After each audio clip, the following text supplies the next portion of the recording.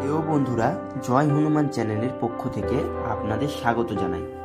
কার্তিক পূর্ণিমায় যদি এই কিছু জিনিস করতে পারেন, তাহলে আপনার জীবনে সকল প্রকার সমস্যা থেকে মুক্তি পাবেন, খুব ভালো ফল পাবেন। চলুন জেনে নেওয়া যাক কি সেই কাজগুলো। হিন্দু ধর্মে কার্তিক পূর্ণিমার বিশেষ গুরুত্ব রয়েছে। এই দিনটি ভগবান বিষ্ণু ও চাঁদের পুজো করা হয় বলে মনে করা হয়। এই দিন যে ব্যক্তি উপোস করে ভগবানের পুজো করেন, সত্যনারায়ণের সিন্নি দেন, তার জীবনে সফলতা লেগেই থাকে।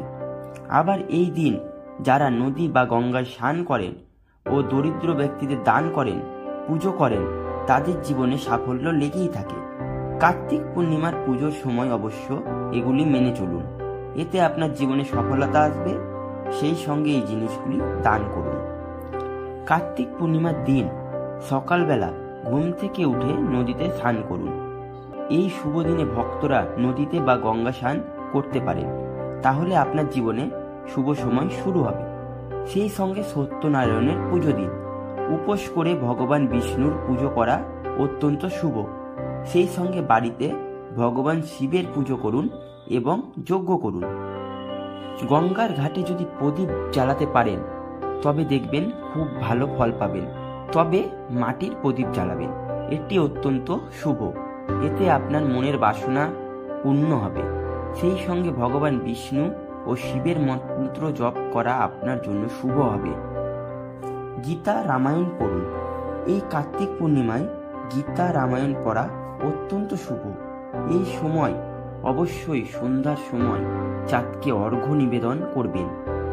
এই সময়ে অর্ঘ্য নিবেদন করলে আপনার জীবনে সফলতা আসবে, জীবনে সুখী হবেন।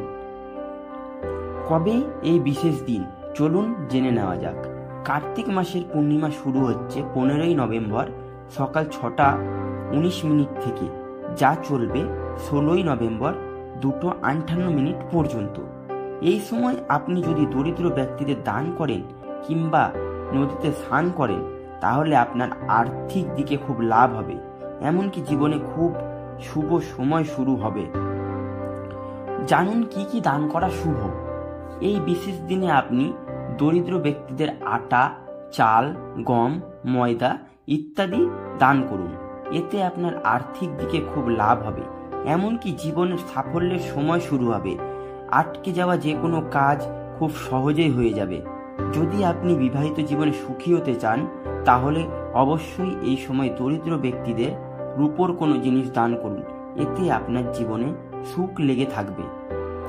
বন্ধ ভাগ্যের দরজা খুলতে কার্তিক পূর্ণিমার দিন আপনি একটি কড়ি, একটি হলুদ কাপড়, যে কোনো বস্ত্র, মিষ্টি কোনো ব্যক্তিকে দান করুন।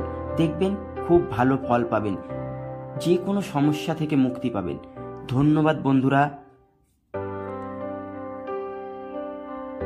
ভিডিওটি ভালো লাগলে লাইক, কমেন্ট এবং সাবস্ক্রাইব করবেন।